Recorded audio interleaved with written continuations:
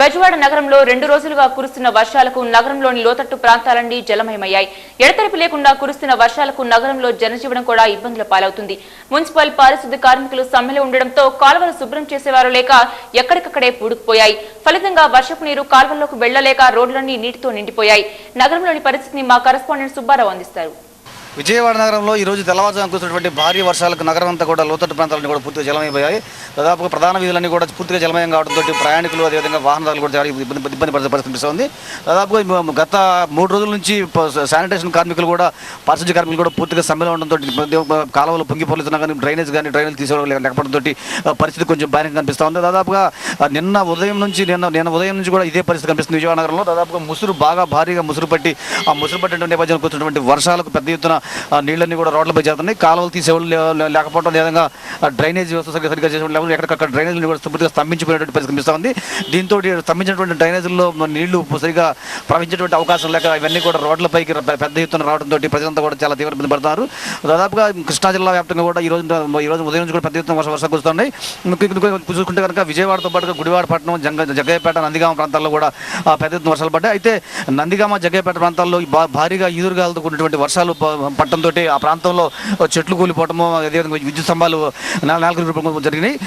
చూసుకుంటే కనుక పట్టణ ప్రజల పరిస్థితి ఎలా ఉంటుంది కనుక జిల్లా వాసుల పరిస్థితి, రైతుల పరిస్థితి కనుక కొంచెం దారుణంగానే ఉంది. పశ్చిమ కృష్ణా ప్రాంతంలో దాదాపుగా వేలాది ఎకరాలు పంటలు నీటికి ముంపున గురైపోయినటువంటి పరిస్థితి. ఎందుకంటే ఈ ప్రాంతంలో పత్తి మిగిలినటువంటి వాణిజ్య పంటలైనటువంటి కొన్ని పంటలను కోసి కళ్ళాల మీద ఆరబెట్టారు. ఆరబెట్టినటువంటి సమయంలో ఒకసారిగా అకస్మాత్తుగా భారీగా వర్షాలు రావడంతో ఆ వర్షాలు ముసురు పట్టిన వర్షాలు ముందు ఆ వర్షం ఎడతెరిపి లేకుండా కూర్చున్నటువంటి నేపథ్యంలో ఆ వర్షాలు దాదాపుగా పంటలను కూడా పూర్తి తడిచిపోయి రైతులంతా కూడా చాలా తీవ్రస్థాయి ఆందోళన చేస్తున్నారు.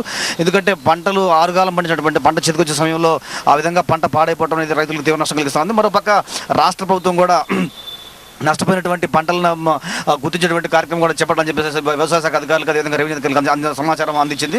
ఈ మేరకు అధికారులు కూడా రంగంలోకి వస్తున్నారు. అయితే నగర ప్రాంతాలను చూసుకుంటే కనుక శానిటరీ కార్మికులు ఎవరైతే పట్టణ ప్రాంతాల్లో మున్సిపల్ కార్మికులు ఉన్నారో మున్సిపల్ కార్మికులు తమ కనీస హక్కుల కోసం ఆందోళన తీరినటువంటి నేపథ్యంలో దాదాపు 3 రోజులుగా విజయవాడ నగరంలో 3,000 మంది పైగా కార్మికులంతా కూడా ఆందోళన చేస్తున్నటువంటి పరిస్థితి. దీంతో ఈ ప్రాంతంలో ఉన్నటువంటి సమస్యలు కానీ వాటిని కానీ పరిస్థితి అధికారులు లేరు. మున్సిపల్ కమిషనర్ కూడా పూర్తిగా హ్యాండ్సప్ చేతులు ఎత్తివేయడంతో పరిస్థితి అంతా కూడా ఇబ్బందికరంగా మారింది. ముఖ్యంగా అసలు ఎటువంటి పరిస్థితుల్లో కూడా ఈ వర్షం పడినటువంటి నీళ్లు కాలువల ద్వారా వెళ్ళిపోవాలి, కానీ కాలువలు తీసేవాళ్ళు లేకపోవడం, కాలువలు స్ట్రక్ అయిపోవడం, కాలువలు డ్రైనేజీలు పూర్తిగా నిండిపోయినటువంటి నేపథ్యంలో ఈ పరిస్థితి కనిపిస్తుంది. డ్రైనేజీలు నిండిపోవడంతో మనం చూస్తున్నాం దాదాపుగా కాలువలు రోడ్లపైన ఉన్నటువంటి వాహనాలు డ్రైనేజీలు కూడా పూర్తిగా కాలువలన్నీ కూడా పొంగి ప్రవహిస్తున్నటువంటి పరిస్థితి కనిపిస్తుంది.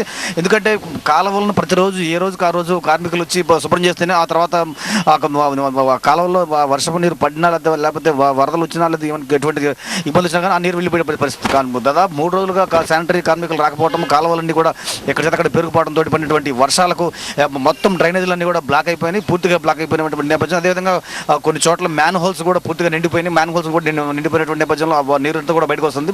నీరు వెళ్ళేటువంటి దారి లేకపోవడంతో రోడ్లన్నింటినీ కూడా నీరు ముంచెత్తుతుంది. దీంతో ఈ వర్షం పూర్తిగా తగ్గి దాదాపుగా ఒక 24 గంటలు అయిన తర్వాత మాత్రం ఈ నీరంతా పోయే పరిస్థితుంది. ఎందుకంటే కార్మికులు కనుక పనిలోకి వస్తే కనుక కాలువల ద్వారా ఇవి నీటిని బలిచేటువంటి అవకాశం ఉంది. కార్మికులు లేకపోవడం, లేదా కార్మికులు పనిలోకి రాకపోవడంతో మరో పక్కన వర్షం తగ్గకపోవడంతో ఎంత పరిస్థితి కూడా కొంచెం ఇబ్బందికరంగా చూస్తూ ఉంది.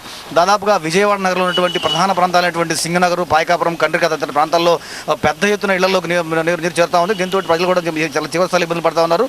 వర్షపు నీరు సక్రమంగా కాలువల ద్వారా వెళ్లేందుకు వెంటనే అధికారులు చర్యలు తీసుకొని ఇక్కడ ప్రజలు డిమాండ్ చేస్తున్నారు. ఇది విజయవాడ నగరంలో వర్షం పరిస్థితి.